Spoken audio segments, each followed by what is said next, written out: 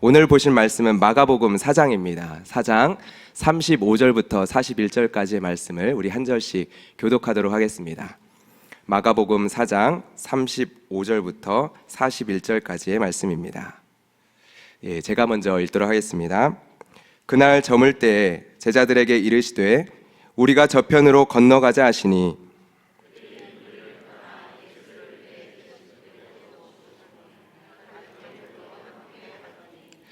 큰 광풍이 일어나며 물결이 배에 부딪혀 들어와 배에 가득하게 되었더라.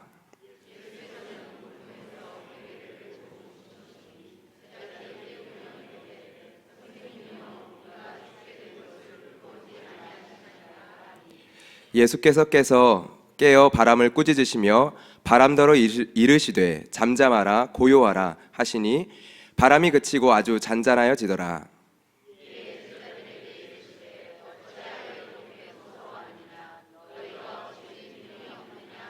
함께 읽겠습니다. 그들이 심히 두려워하여 서로 말하되 그가 누구이기에 바람과 바다도 순종하는가 하였더라. 아멘. 오늘 보신 말씀을 보면 본문에서 예수님께서 제자들을 향해 책망하는 장면이 등장을 합니다. 너희가 어찌 믿음이 없느냐라는 책망을 하시죠. 그렇다면 제자들의 믿음 없는 모습은 무엇이었을까요? 어찌 믿음이 없느냐라는 그 책망 앞에 예수님께서는 한마디 말을 더 하십니다. 어찌하여 이렇게 무서워하느냐. 그런데 여러분, 제자들이 지금 믿음이 없다라고 책망을 받는 이 상황은 어떠한 상황인가요? 정말 책망을 들을 만한 상황인가요? 아니라고 생각되는 부분들이 분명히 있습니다. 첫 번째는 정말 지금의 상황은요, 두려워할 만한 상황입니다. 성경은 큰 광풍이라고 이야기하고 있습니다.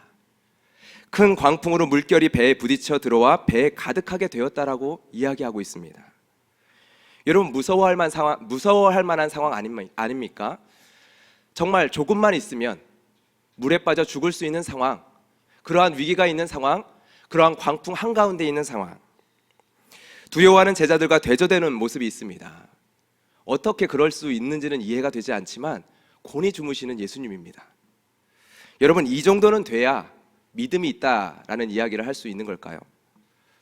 분명 그건 아닐 겁니다.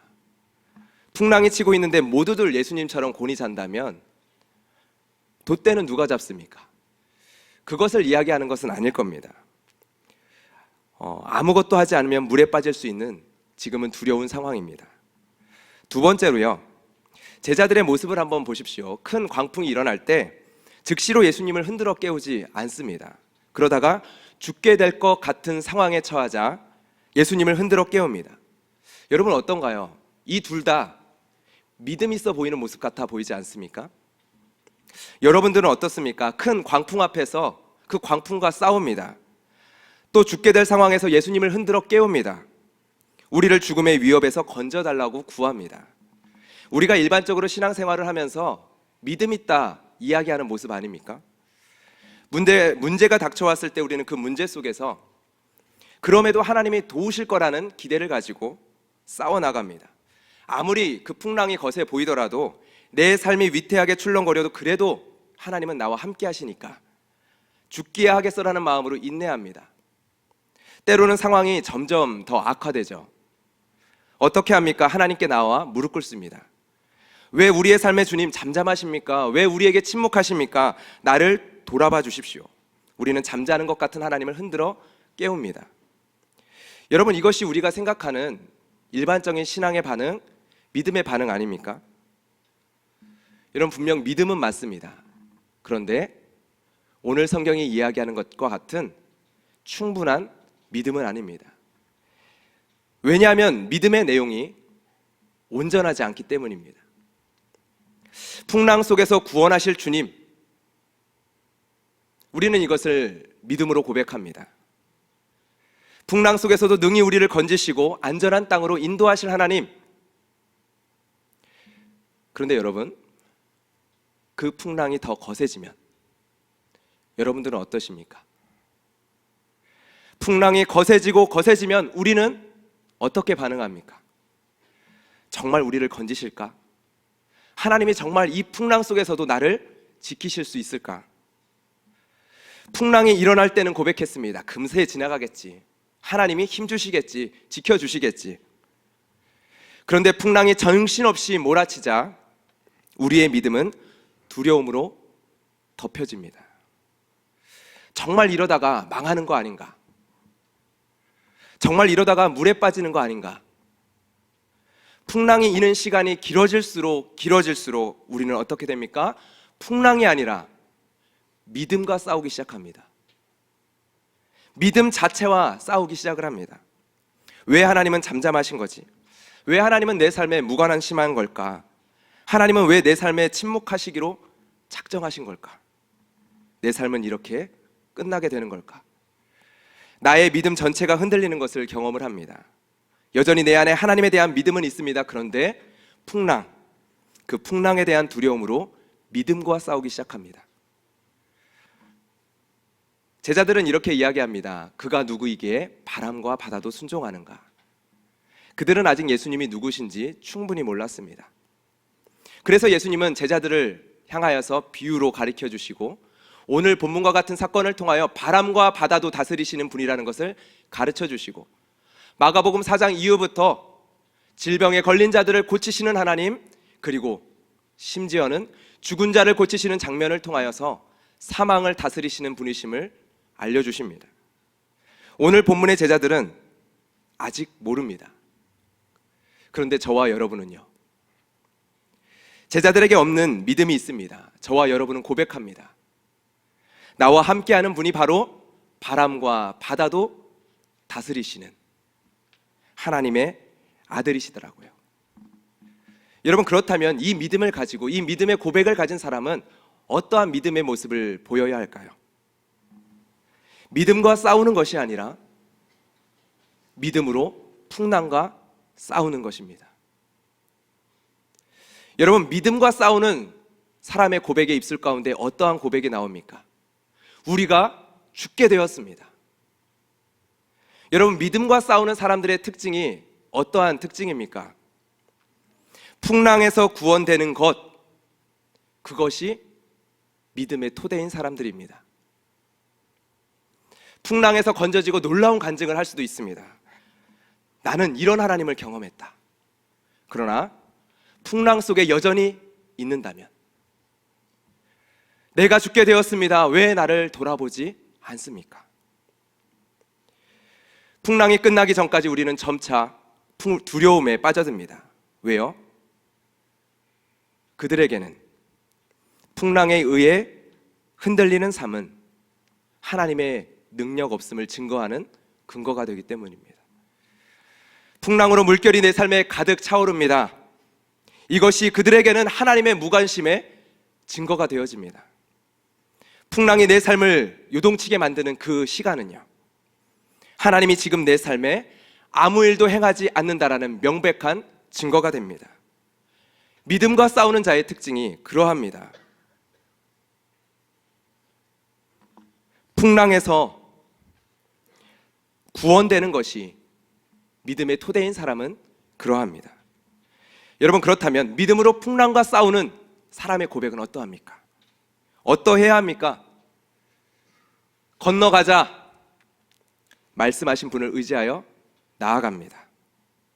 나를 도우소서. 믿음으로 풍랑과 싸우는 자의 믿음의 토대는 무엇입니까?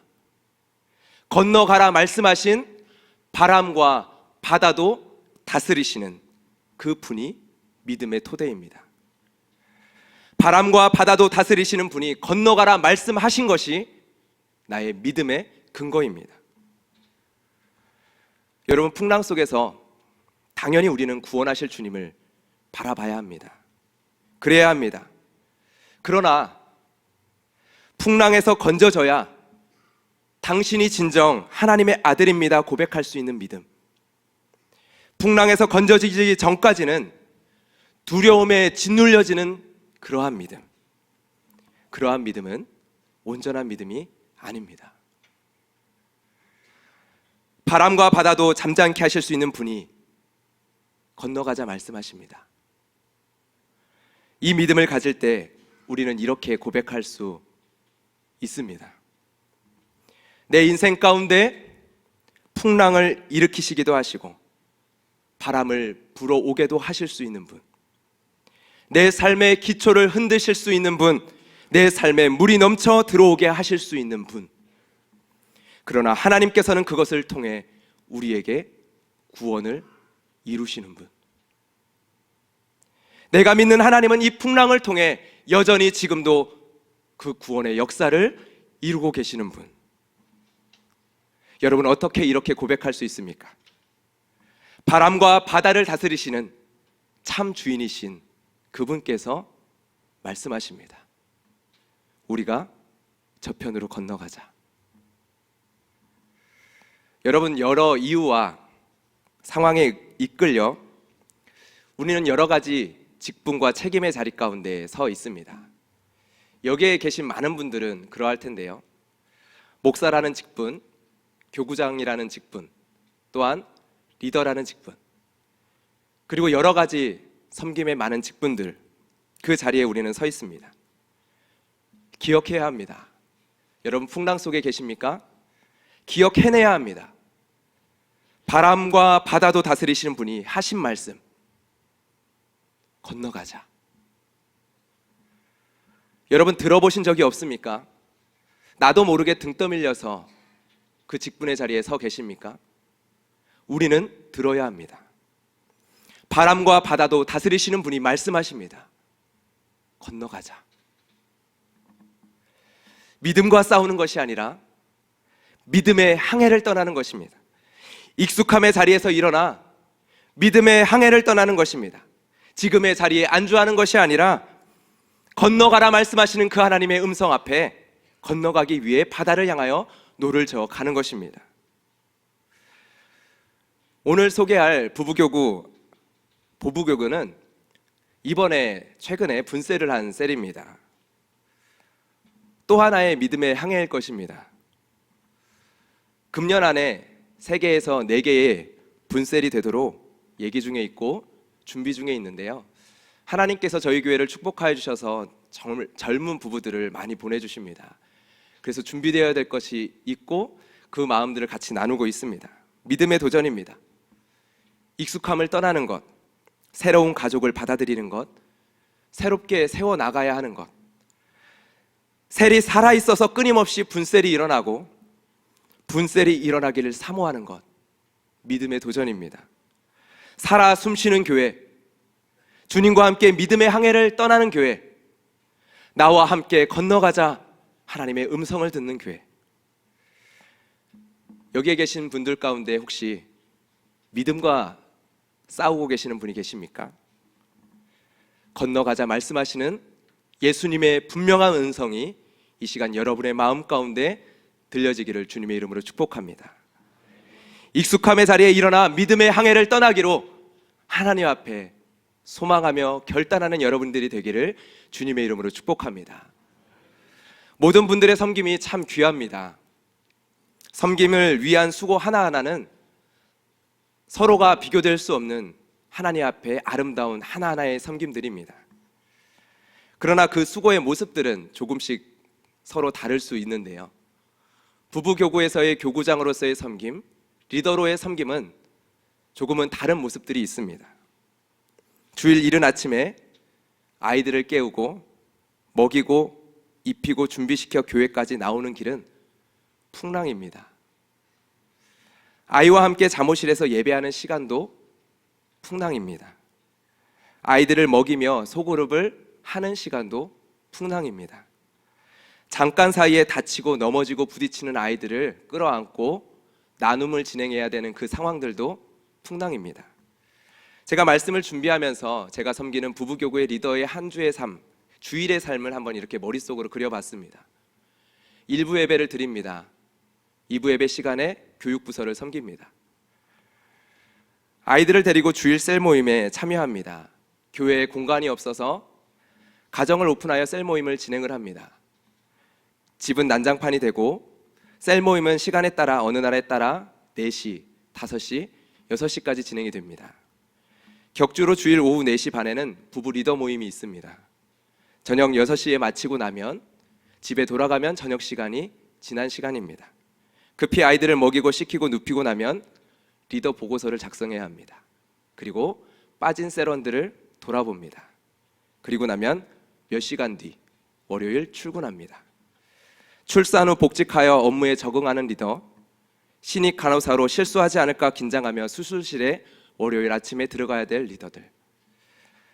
여러분, 응원이 필요합니다. 정말 격려가 필요하고 기도가 필요합니다. 오늘 이 시간이 우리 함께 건너갑시다. 서로에게 이야기를 해주며 서로의 손을 잡아주며 응원을 건네는 시간이 되기를 주님의 이름으로 간절히 소망합니다. 그리고 여기 하나님의 나라를 위하여 섬기는 모든 분들, 다양한 모습으로 주님을 섬기는 우리 모두가 우리 건너가자 말씀하시는 우리 주님의 음성 앞에 밝게 웃을 수 있는 이 시간이 되기를 소망합니다. 그가 누구이기에? 그가 누구이기에? 그분은 기꺼이 저와 여러분을 위하여 자신의 모든 것을 내어주신 우리 주 하나님이십니다.